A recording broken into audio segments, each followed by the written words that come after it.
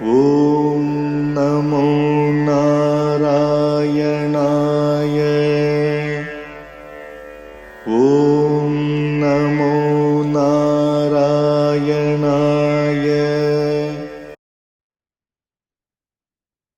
Asmadgurubhyo Namaha, Asmad Paramagurubhyo Namaha, Asmad Sarvagurubhyo Namaha. So we're continuing on with Prapanna Parijata, chapter 4.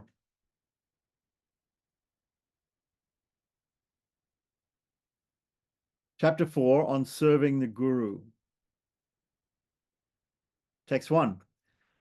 A great Guru ought to be resorted to by one who is mentally afflicted by samsara and who is afraid of the three forms of suffering, adhyatmika, pertaining to the mind, adibautika, pertaining to the body, adidaivika, pertaining to natural disasters, and who has renounced the desire for worldly success or heavenly pleasures. Having reflected upon the realms that are won by works, that is, karmas, right? The sage, Vipra, the learned person, who, with a despondent mind, knowing that moksha cannot be achieved by works, should seek out a guru, spiritual preceptor, in order to obtain true knowledge of Brahman, the Supreme. Text 3. One should please the guru, who is proficient in the Vedas and conversant with Brahman, with articles that are dear to him. We have a footnote here. The guru should teach the disciple whose mind has become calm and who is submissive, Brahma Vidya, knowledge of Brahman, by which he might learn about the changeless one, that is the Supreme Brahman, the true, the Supreme Brahman, Narayana, Sriman Narayana. This is verily the idea of the Vedas. Let's have a look at the footnote, 25. The teaching should be freely given by the teacher, but should not be freely accepted by the disciple. The guru should be recompensed by the disciple with articles that are useful to the guru to maintain himself and his family and to continue with the work of teaching. Okay. Text 5. Bhagavan, the Supreme Person, Sriman Narayana, has revealed as follows in the Agama Shastra. We're talking about the Pancharatra Agama, but there's also another Vaishnava Agama called the Vaikhanasa Agama. So here it's just saying Agama Shastra, could mean both. Both in general and in particular, the nature of a guru, of a disciple, and of the teaching, vidya, knowledge, and of the time for initiation, the time of initiation. So all these things are dealt with in the Agama Shastra. And there's a quotation here. He who is called a deshika or spiritual teacher, who is born of any of the three castes. So here we're bringing in concepts of the Varnashram system, the three castes, meaning it's interesting here, he's using the pronoun he, so he's speaking about a male, a Trivarnika, somebody who's a male born in the Brahman, Kshatriya, and Vaishya castes, who has taken refuge with me alone, who is surrendered. He's also a Prapanna. He's also performed Prapati or Sharanagati, who is devoted to the observance of daily and occasional duties. In Sanskrit, these are called nitya and naimitika karmas. So daily and occasional duties, who takes pleasure in serving those that are mine, who takes pleasure in serving those that are mine. In other words, my associates, my retinue, my devotees, right? Who also serves the Bhagavatas, right? Not just the God, but also his entourage, and in the same is the same towards both what is his and what is others. So he's samoham sarva bhuteshu. He's like God in the sense that he is this teacher should be have he should be equally disposed to all persons and see equally what belongs to himself and what belongs to others. Actually, everything belongs to God. So the teacher knows this. He should be spiritually aware enough to know that everything belongs to the Lord. And so whatever belongs to me actually belongs to him. I also belong to him. Others also belong to him. And what they think is theirs also belongs to the Lord. So he sees everything with equanimity. So verse 7, these are all different quotes from different shastras. We don't have the exact points from the shastra where they come from. In the footnotes, that will be nice. As I mentioned before, I have another edition of Prapanna Parijata, which I just found, a critical edition, which may have list the actual references, which would be good to add to this text. Anyway, text 7 is another quotation from another scripture. A disciple is one. So first of all, he explained about the guru, right? So one verse giving the qualifications of the guru, and the next verse giving qualifications of the disciple, or so the qualifications of the teacher, the qualifications of the student here in 7. A disciple is one who is a believer in the Vedas, so he must not disbelieve the Vedas. He must have faith in the Vedas. A practitioner of dharma, righteousness, somebody who lives in a righteous manner, who is good-natured and is a worshiper of Vishnu.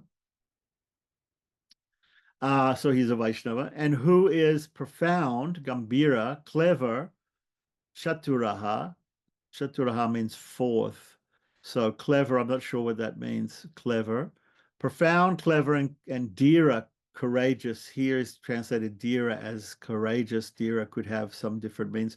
These other words have different meanings in Sanskrit. So we can look up those words some other time and see what those have. But anyway, these are supposed to be the qualifications of a disciple. Once again, when we talked about property in the previous chapters, we came to the conclusion that there are no prerequisites or qualifications for performing property, but the idea is that one performs property through the agency or through the catalyst, let's say, of the guru, of the spiritual teacher, and the spiritual teacher initiates the disciple, and so here he's giving the qualifications that should be in a perfect disciple. But obviously, in the Sri Vaishnava Sampradaya, they talk about two different types of gurus. The ones that came before Ramanuja are more in line with the tradition in the scriptures, which say that the guru has to test the disciple and only accept those disciples which are worthy of getting initiation. And whereas after Ramanuja, those gurus are called Kripa Matra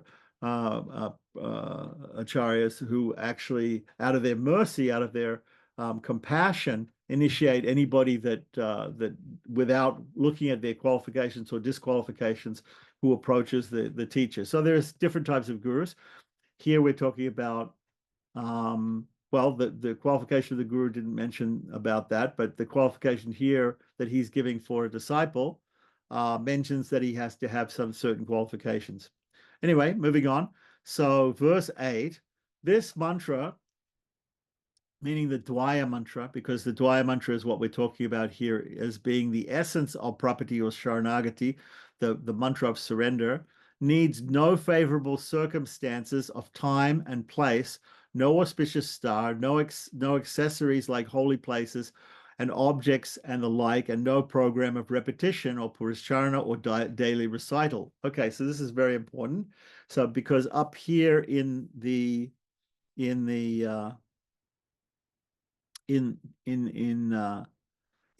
text 5, he was mentioning that in the Agama Shastra, it talks about the nature of the guru, the nature of the student, right, the disciple, then the nature of the teaching. So that's been explained, of what is taught. That was explained in the previous verses, and of the time of initiation. But down here, it's saying that the initiation into this particular mantra, Dwaya, doesn't need any favorable circumstance like time or place or auspicious star.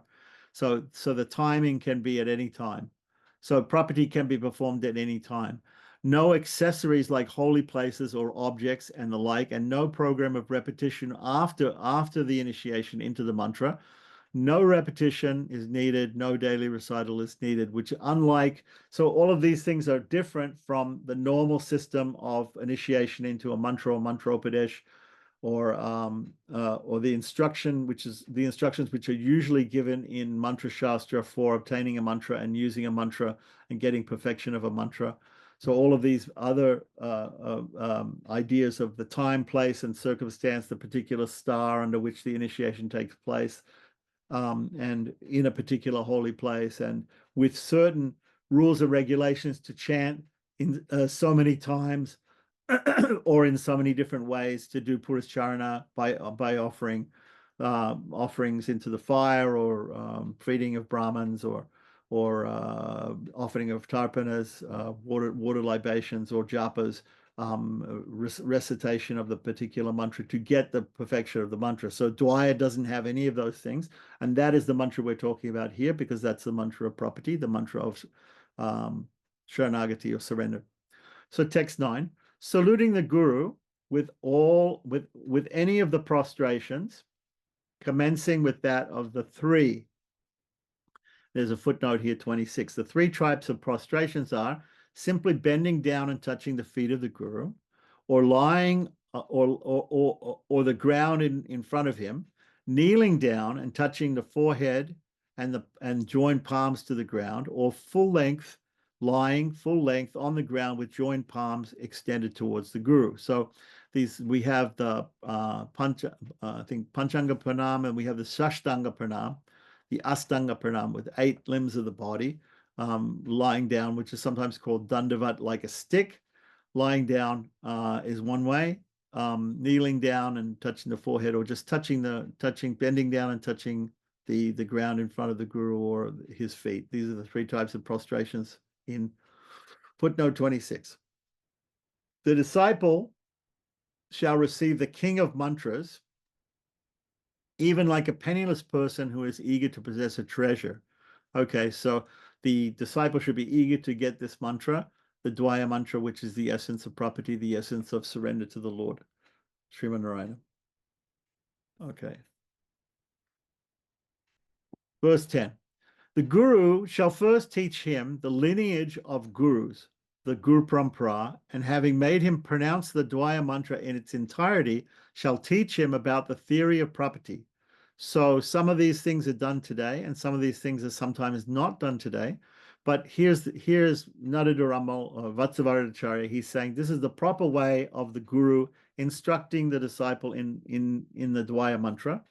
And we can say in any mantra, this is a paradigm for giving mantra upadesh, or giving a mantra to somebody, is that first of all you should explain the lineage in which the mantra is descended, because that mantra has come down through a unbroken chain of teachers called a Guru Parampara. Parampara means one after another. Guru means teacher. So teachers one after another down through history have passed down this mantra, and I'm giving it to you. And having made him pronounce the Dwaya mantra in its entirety. So when teaching a mantra, usually the teacher will teach the mantra section by section or word by word. And then at the end of teaching it word by word, he will pronounce the mantra completely. And then he will have the student repeat that mantra completely. And in the case of Veda mantras, usually when Veda mantras are taught, the teacher speaks a section of the mantra or a mantra, and the students repeat twice. In Sri Vaishnava Sampradaya, when they teach Prabandhas, which are the Tamil Vedas, the Tamil Nalaya Divi Prabandham, the 4,000 prayers of the 12 Alwars, when they teach those, then the teacher will say something and the students will repeat 3 times. So it's a normal part of teaching that the teacher teaches something and he has the students repeat back not only once but twice. And one of the reasons for this is there are these 2 propensities or attributes, or let's say qualities, that a student should have. He should have the ability to understand something, but also the ability to retain it. So knowledge can be transmitted from a teacher to a student, and in Sanskrit we call this the Dhyana Shakti and the Dharan Shakti and Grahan Shakti. Okay, so grahana means to grasp something, to understand something.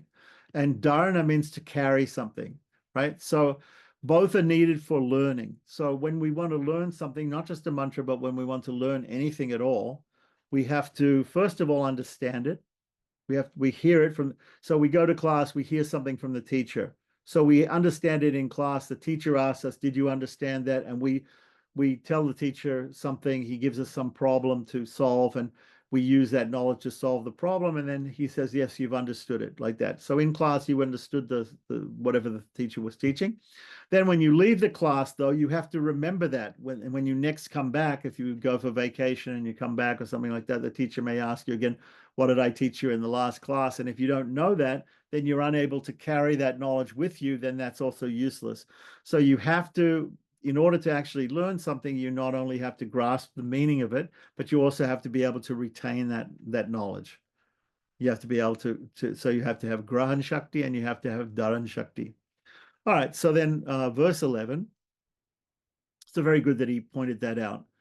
And then after teaching the mantra in its entirety, he has the student recite it back to him, and shall teach him the theory of property, which is the essence of the mantra, which is Grahan Shakti. So he not only has to dharana, remember it, but he has to grahana. He has to understand the theory of property in Sharanagati. He has to understand that the mantra is telling us, the meaning of the mantra is that the Lord is the only upaya. The Lord is the only means to the goal.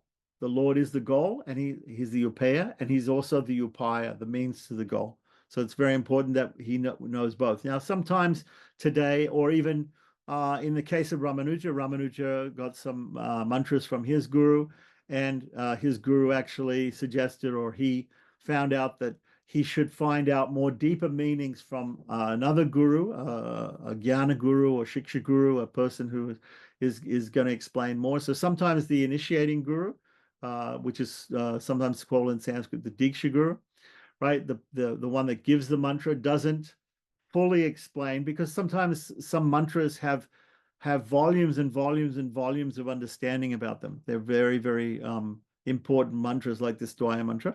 And so there's a necessity maybe to have someone else explain in depth what the initiating guru is told in brief. But here he's saying, basically, he's talking about the initiating guru should give at least some brief understanding of the mantra that he gives, along with the lineage and the correct pronunciation. All right, so moving on to verse 11, always loving the disciple as his own child, because in terms of knowledge, the teacher is considered like the father or the mother. Actually, the mother is considered to be the first guru, the first teacher. Matri Devo Bhava, Pitri Devo Bhava, Titi Devo Bhava, Acharya Devo Bhava, Titi Devo Bhava is stated in the Vedas that the mother is God, is to be treated like God, the father is to be treated like God, the guest is to be treated like God, and the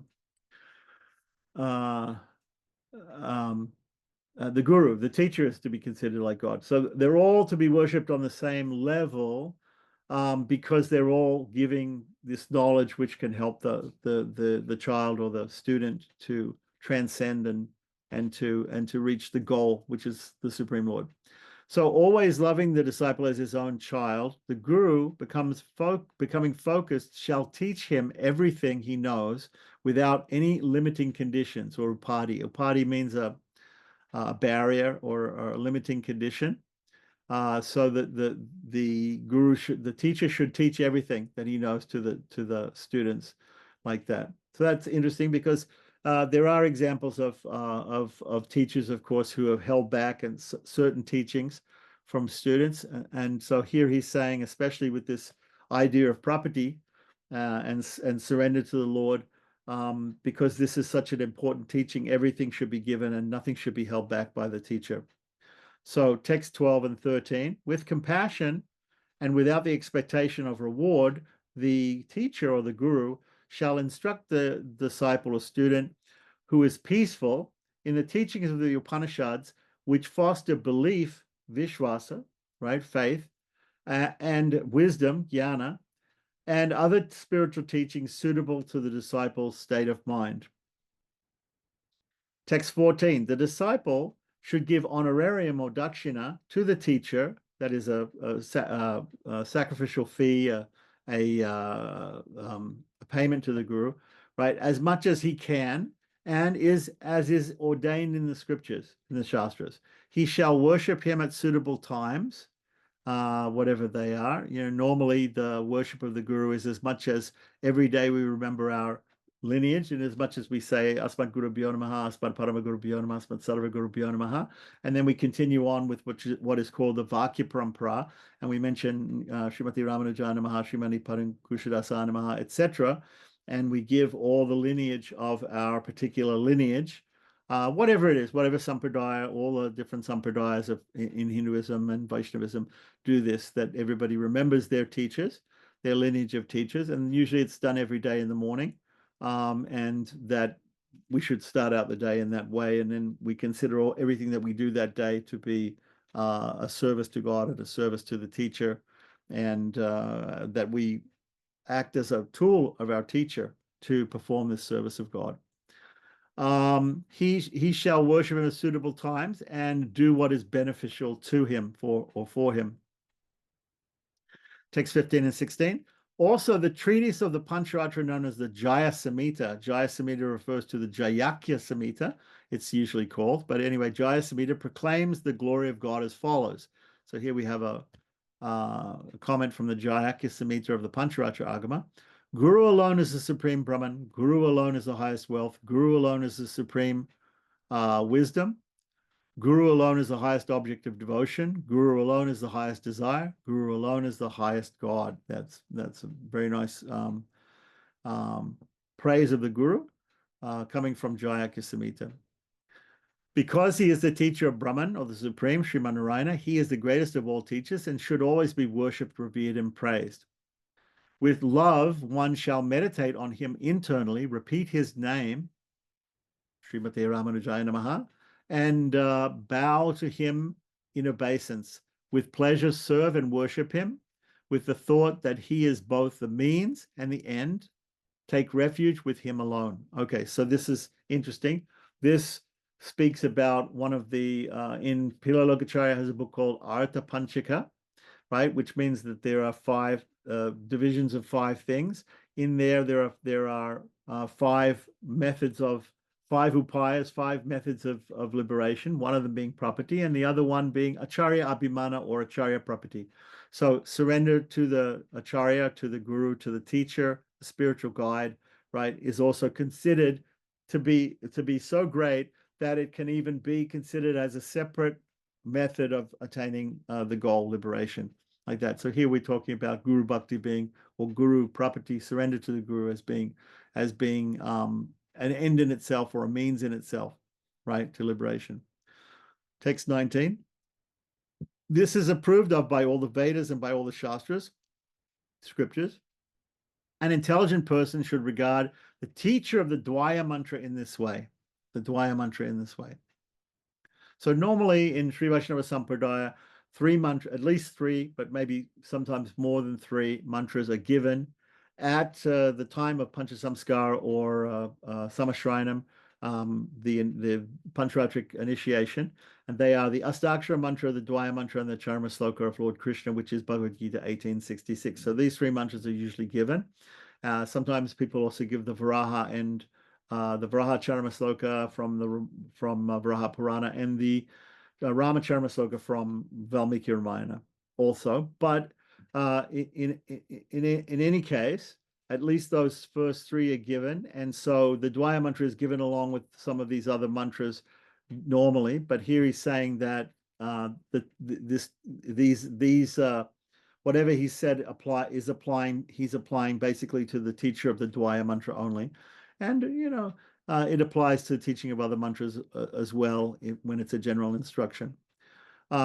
Text 20, even Sriman Narayana becomes disturbed by the wicked who have neglected their duty to the acharya or the guru, the teacher, even as the sun withers the lotus, which is taken out of water and does not nourish it. So it's a nice analogy given here that you have a lotus which grows in water, right? The flower, the stem of the flower comes out of the water, and the lotus grows out. It derives nutrients from the ground and from the water.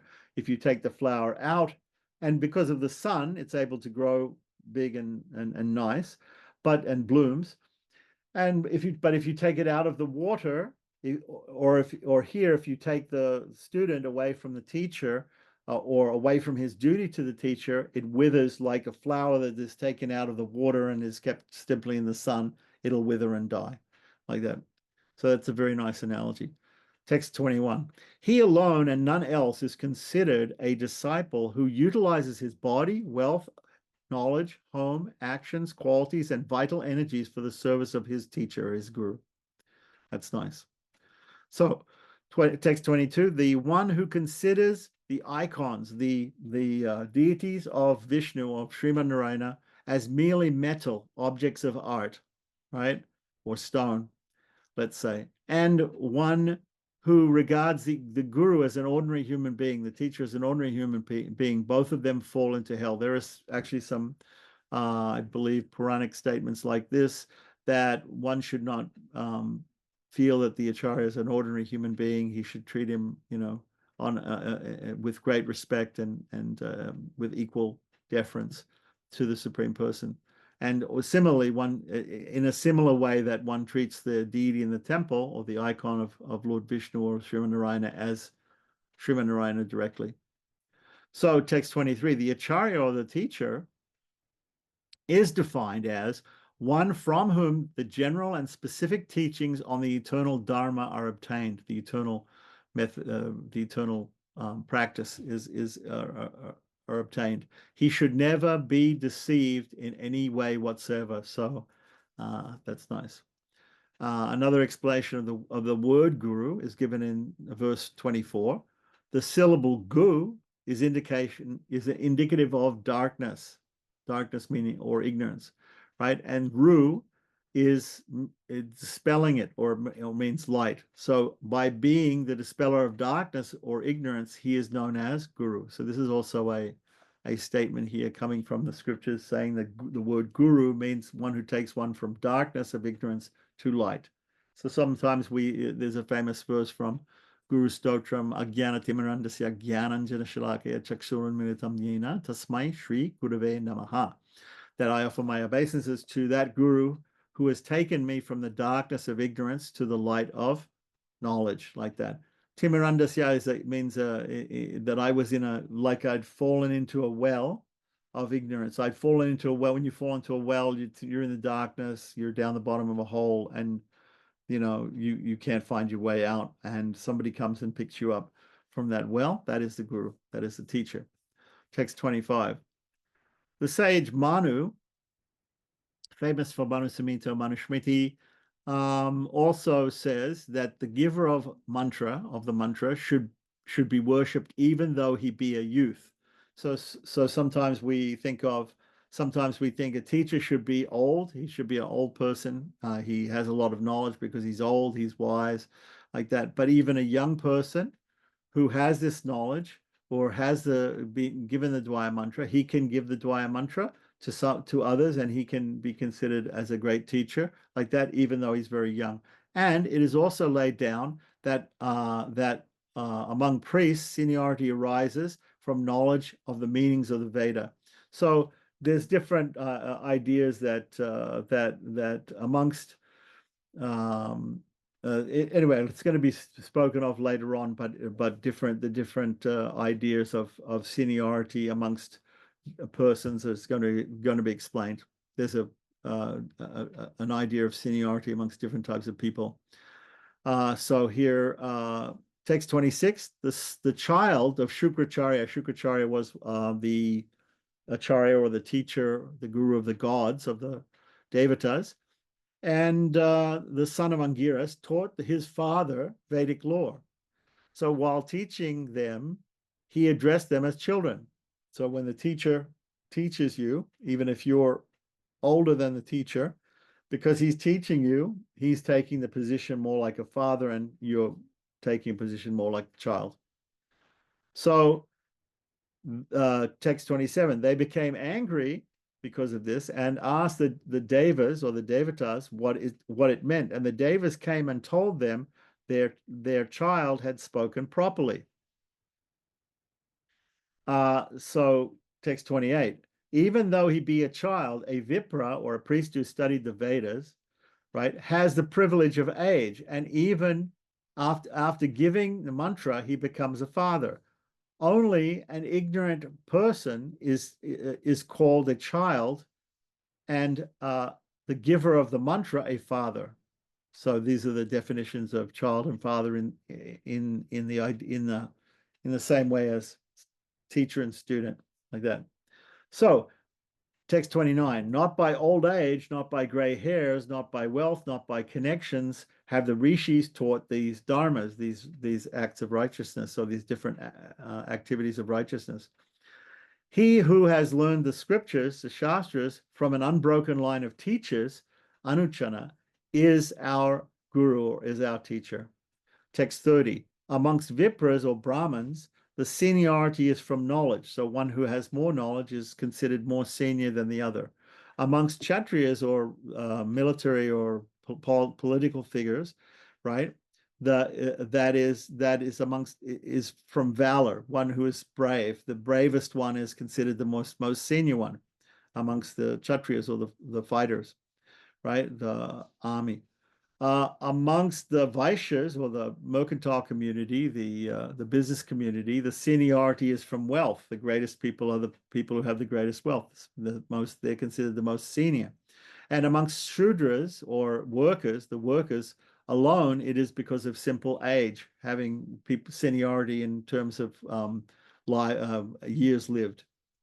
So text 31, all the gurus of the guru, the teachers of the teacher. So one may have a teacher who has taught him mantra upadesh of this particular mantra, Dwaya mantra, and instructed him about property. So that guru may also have gurus. They ought to be specifically venerated, right? So the gurus of the gurus, the rest of the parampara, the lineage of the guru, his specific teachers and their teachers, right? Then also towards the wife, sons, and other relations of the guru, right? One has to behave in the same way as towards the guru, as towards the teacher. This is a very common understanding in India of how we treat the relatives of the guru, the teacher. So 32 and 33, these are all etiquettes which are observed amongst all disciples or students who follow Vedic path. So text 22 and 23, if the guru deviates, here's an interesting thing. So if the guru, he's supposed to be wonderful and dharmic, and he's supposed to know everything, and he's supposed to be teaching us so nicely. But if the guru, in fact, deviates from the path of dharma or virtuousness, he ought to be reproved in private. So don't criticize him in public, but go in private and say to him something, and just say, what's this? You seem like you've deviated a little bit. Please rectify yourself. This is what the student. So it does happen. There may be some guru, he seems to have deviated from the path. Maybe he hasn't deviated from the path. Maybe it's only the student who feels that he's deviated from the path. But in any case, it shouldn't be done in public. The student can go to the teacher and say to him in private, it seems like you're deviated. Please rectify yourself. And the teacher may say, yes, fine. So if the degradation of the guru is unable to be rectified by remonstration, if that doesn't work, then by praying to God on his behalf and resorting to the company of good people, then the disciple shall abandon him and serve a virtuous guru. So in the case that a student sees or feels that his guru has deviated somehow, he can go to the guru and he privately ask him to rectify himself.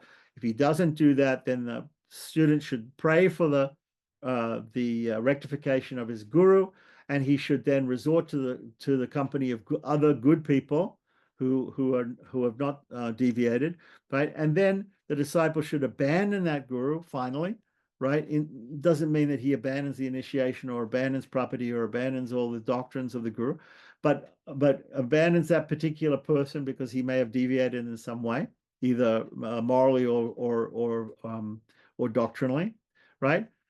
And then he finds a virtuous guru, another person to be his teacher, to be his jnana guru, shiksha guru, somebody to rely upon for knowledge and for teaching. If he still continues to wish for the well-being of his previous teacher, he will surely be liberated. There is no doubt. So he should still, his initial teacher, who initially gave mantra padesha, who gave him, who instructed him in property and gave him the Dvaya mantra, he should be accepted and as still being, he should still pray for that person for his well-being and for his ultimate liberation. And this certainly the student that acts like this in this circumstance will also be liberated in no doubt, like that. No mention here of taking initiation again, doing property again, because remember, property is a once only thing. Surrender to the Lord is a once only thing.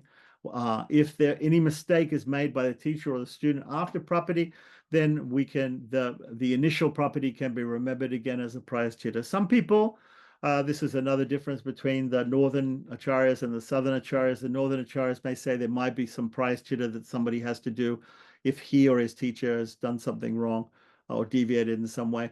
But then he shouldn't leave it at that. There's a thing called prayaschitta property.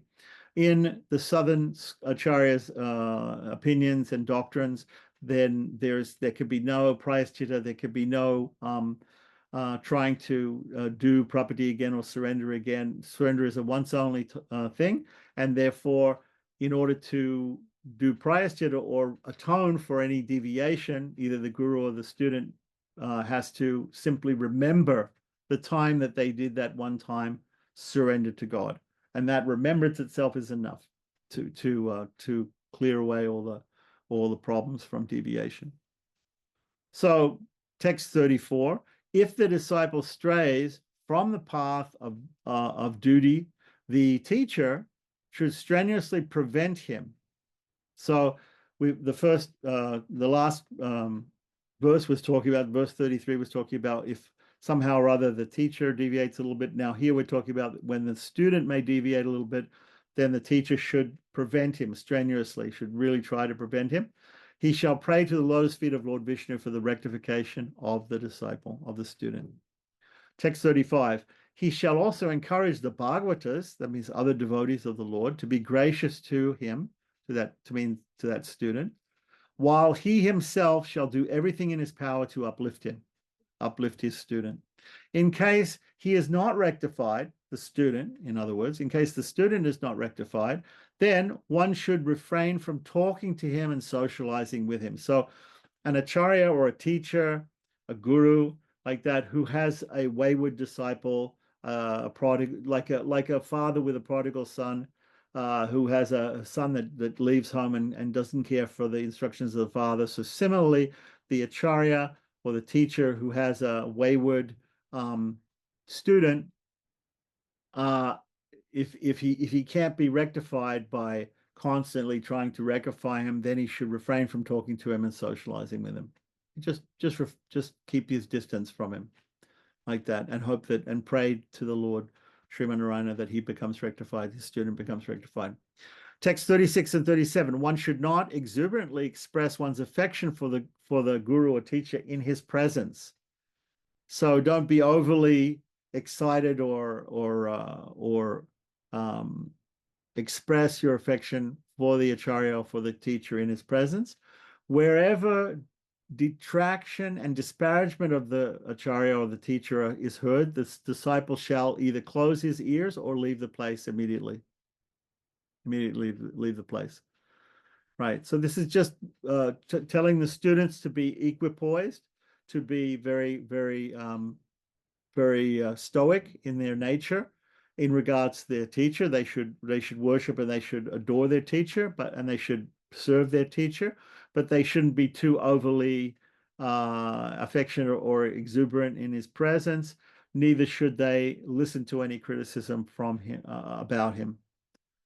Okay, so text 38, the one who sincerely believes that through the grace of the teacher, all guru, all cherished desires will be fulfilled is a happy person indeed. Okay. And if we continue on, text 39, the one who receives the teaching on surrender, the Nyasa Vidya, remember in the Vedas it's called Nyasa Vidya, one of the 32 Upanishadic Vidyas, the surrender to the Lord, or otherwise known as Prapati or Sharanagati or surrender to the Lord, regards the guru or the teacher himself as Vaikuntha. Vaikuntha here meaning is a name of Lord Vishnu, so meaning God himself, the milky ocean, Dwarka, and all. So Vaikuntha here, okay, it means not only the Lord, but it also means the Lord's abode. The Lord's abode, the milky ocean is also the Lord's abode. Dwarka is the abode of Lord Krishna. We could say Ayodhya as well is the Lord Rama's abode. All these different holy places, right? So the guru is equal to all these holy places. So text 40, the guru who gives the 8-lettered mantra, the Astakshara. Now, it's interesting because this is the first time he's mentioned the Astakshara mantra here, but that is also given at the similar time to the Dwaya mantra, or the same time as the Dwaya mantra, is considered to be the fulfiller of all desires pertaining to this world and the next. So whatever desires one has in this life and also in the next life will be, of course, serving the Supreme Lord eternally in Sri Vaikuntha. Those in liberation, those that do not think so, should be forsaken by intelligent persons. So one should have that much faith in the giver of the 8-lettered mantra, the Astakshara, that he is the fulfiller. He's considered the fulfiller of all desires in this world and the next. And if you don't think so, then your company should be given up. Basically, intelligent people should give up associating with you if you don't think like that. One who insults the guru, who has given even one syllable of the mantra, even just the pranava, Omkara, because Omkara also is a synopsis or a blending, synopsis in short of the Astakshara mantra, and the Astakshara mantra is also expanded into the Dwaya mantra. All of them have the same meaning or similar meaning. One who insults the guru who is given even one syllable of the mantra, even just the pranava, will be born as a dog for 100 births, and thereafter shall be born amongst chandalas who are dog eaters. Chandalas are dog eaters. So this is coming from this is a quote from Atri Samhita, which is probably a Pancharatra Agama. So now this is meant to be a warning for people. So here, it's interesting that he's changed over a little bit here, or he's brought in this idea of the Astakshara mantra in the previous verse. So here in the next verse, in the context of the previous verse, he's talking about even if the guru who is teaching the 8-syllable mantra only gets to teach the first syllable, the Omkara, which is the first syllable of the Astakshara mantra, still, if he insults a guru like that, who is just given that one syllable, of course, it's a very famous syllable, most important syllable, but still, even one syllable of the mantra, then he has to take birth again 100 times like that, and then take birth amongst chandalas. Like that. This is a sort of a warning. Don't insult the teacher, basically, is what it's saying. And it's being very colorful in the way it says it. So text 42, in the form of the mighty Varaha, the boar incarnation of Vishnu, Bhagavan Vishnu proclaimed that the human body is a boat for crossing the ocean of samsara. The self, or the Atman, is the favorable wind. The guru is the pilot of the boat, right? Steering the boat. Therefore, with the help of the guru, one should cross the ocean of samsara.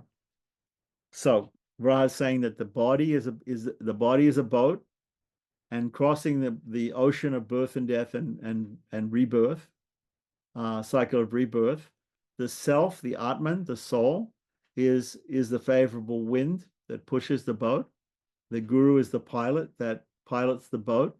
And with the help of the guru, one can therefore cross the ocean. Without the help of a pilot, even if you have a favorable wind, right, even if you have a good sturdy boat, you cannot cross an ocean or even a river like that if you don't have a pilot, if you don't have somebody steering the vessel. And the last verse here, verse 43 of this chapter, that person is the self-destructive atmaha. So atmaha is a compound here of atma and ha. The word ha is coming from han, to kill. So the killer of the soul, self-destructive, right? That person is self-destructive, who first, having secured a boat, the allusion to the analogy in the text 42, a boat, meaning the human body, the boat of the human body, which is difficult to attain. So achieving a human birth is difficult to attain because there are so many creatures, sentient beings in different bodies, but those bodies are very difficult to get liberated from. Although there are some examples in the scriptures of elephant, like Gajendra, or crocodile, or there are some animals that did attain liberation, like Jatayu in the Ramayana, and there are some examples of other beings, but human beings attaining liberation. But still, mostly it's the human birth which is important for us in spiritual life, to be able to understand the system of surrender to the Lord and the system of attaining the Lord, and doing property. And so therefore, after having actually secured the human body, which is difficult to attain, then having met a dexterous pilot, like the teacher, the guru, the person who's a good pilot, crosses not the ocean of samsara when the sky is favorable. That person, let's hear that again, that person is self-destructive, right? He doesn't know what he's doing. If he's got the human body, he's secured the boat of the human body, which is difficult to attain, then, having met a dexterous pilot of a guru, crosses not the ocean when the sky is favorable. When the sky is favorable, when he's got a good wind, like that. So here, Vishnu is the sky, blue indicating the color of Lord Vishnu, Shama color, deep blue, like a monsoon cloud, indicating his infinity. The allusion is to a favorable sky in the context of the boat analogy, is indicative of the ever-present grace of God. So when we have a beautiful, clear blue sky, that is the grace that is in the analogy here. That is the grace of God. And we have a dexterous pilot in the shape of a guru. And we have the boat of the human body, which is difficult to attain. We can certainly cross this ocean of samsara. So that's the point being made here. So we should definitely take advantage of all these things. Seek out a guru, seek out a teacher who can teach us about property, about surrender to the Lord, and teach us the essence of property, which is the Dwaya mantra, and also the Astakshara mantra, like that. And by doing so, we take full advantage of this boat or human body that we've been given by the Supreme Lord. Two things, basically. I like how it's been made very clear there's no stipulation with respect to chanting Dwayam. With respect to, Well, you those know, Wadagalais, they'll say anything, right? The yeah, Tegalais will say, "Oh, but we have our acharyas who say that we should chant it." And yeah. Even Ramanuja Ramanuja said we says you should chant chant it. it. Ramanuja said we should chant it too. That was Yeah, one of his things. but meditate on its meaning, most importantly. And the other thing is about the age of the guru. That's also very interesting, that it doesn't matter. You know, the one who has taught the mantra, the one who has given the mantra, doesn't matter what age they are. And that switch of, whereby even that person might be younger, that person's become father or mother in that case. Because of course this one doesn't speak like that, but anyway. Well, And then the elder people become Nada Duramal is mother. Amal means mother. Yeah, that was another interesting thing I read about him, is that he had that relationship with Lord Varadarajan, of mother. He Of was in giving that bath. giving warm milk. Yeah, he was very rustic. He was very rustic, and the Lord actually called him mother. So that's also a very interesting thing too. So yeah, nice, very nice. So maybe we should call all gurus mothers, because Yeah, mother is the first guru, and we should see Martin, the guru as father and mother. yeah, yeah, yeah. But then Guru has its own category, Acharya Devo Bhava, anyway, so Yeah. on the same level. But yeah, that was really, really nice. So So thank you very much. so not very many things that are new. Most things most things were pretty general about the guru that we've all known from different understandings of the guru student relationship, teacher student relationship. I think there was a couple of things which were interesting about what happens if the guru deviates, what happens if the student deviates a little bit. Again, no mention of reinitiation, no mention of abandoning the guru at a certain point if he couldn't rectify himself, but not a mention of a mention of continued praying for him, and a mention of taking knowledge and instructions from other people and association with other good people. That's all. No mention of any sort of reinitiation like that. So Yeah. that's very clear. However, there are some examples in Sri Vaishnava Sampradaya of people who maybe unknowingly got reinitiated. They got initiated because the second guru didn't know they were already initiated, so he initiated them and immediately went to the first. When he found out, immediately went to the first person and said, "Oh, I'm sorry that I initiated your student." There are also some examples given by Sarati Swami of people who were initiated by their own family acharyas and at a younger age, and then they met another great acharya like Manavala Mahamuni, and they felt that they should take Samashrayanam from him. Just because they wanted Acharya Sambandha, they wanted to be closer to the Acharya, so they took again like that. So that's also apparently acceptable. And Vedanta Deshika has said, I believe in Rahasya Trayasaram, that if a person falls in a well, one person is trying to pull him out with a rope, if another person comes along and also tries to help that person by also pulling on the rope, if there are two people pulling on the rope trying to pull him out of the well, that can be accepted. So Yeah. I so like really no big prohibition, although it's not the etiquette, obviously, to take mantra Pradesh or Savashranam property to do. Obviously, one is not doing property again, but to have two outward expressions of property, two outward expressions of surrender or pancha samskara, outward rituals of initiation, is not strictly forbidden. There are some there's rules, but there's also some exceptions to those rules of etiquette for that.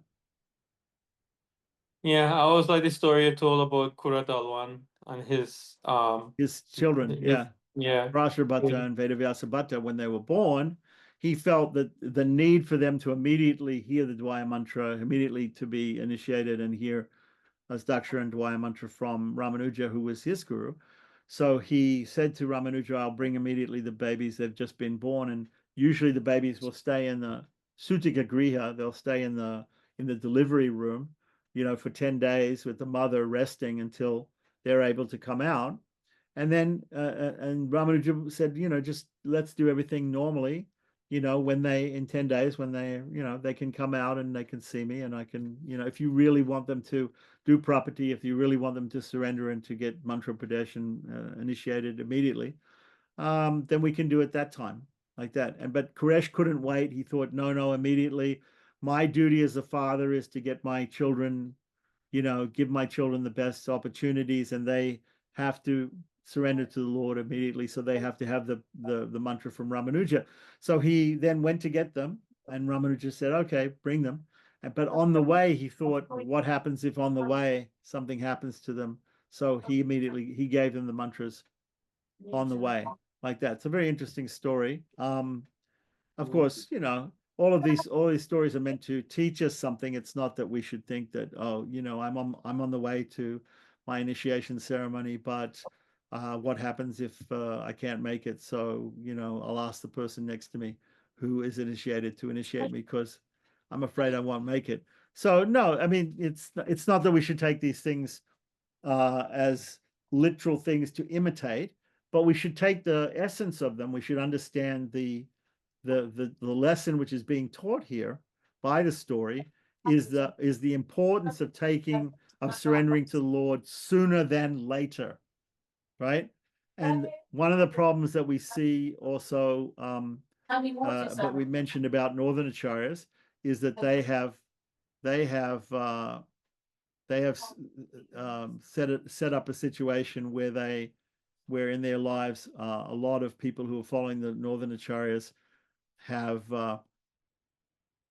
put off surrender to the Lord, the Baranyasam, right, until old age, like that. So that seems to be against the idea that property should be done earlier than later. So we see that here. He's trying to emphasize that sooner than later one should surrender to the Lord, like that. So there's the seed of all these different doctrines here in the Prapanna Parijata, which later on will become contentious between the Northern and Southern Acharya. So we can't exactly say that Nadadhur Amal is a Northern Acharya or a Southern Acharya, because he's coming before the split between the two groups.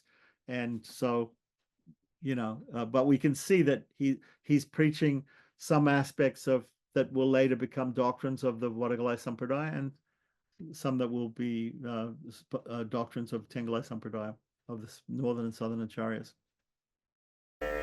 Om Namo Narayanaya. Om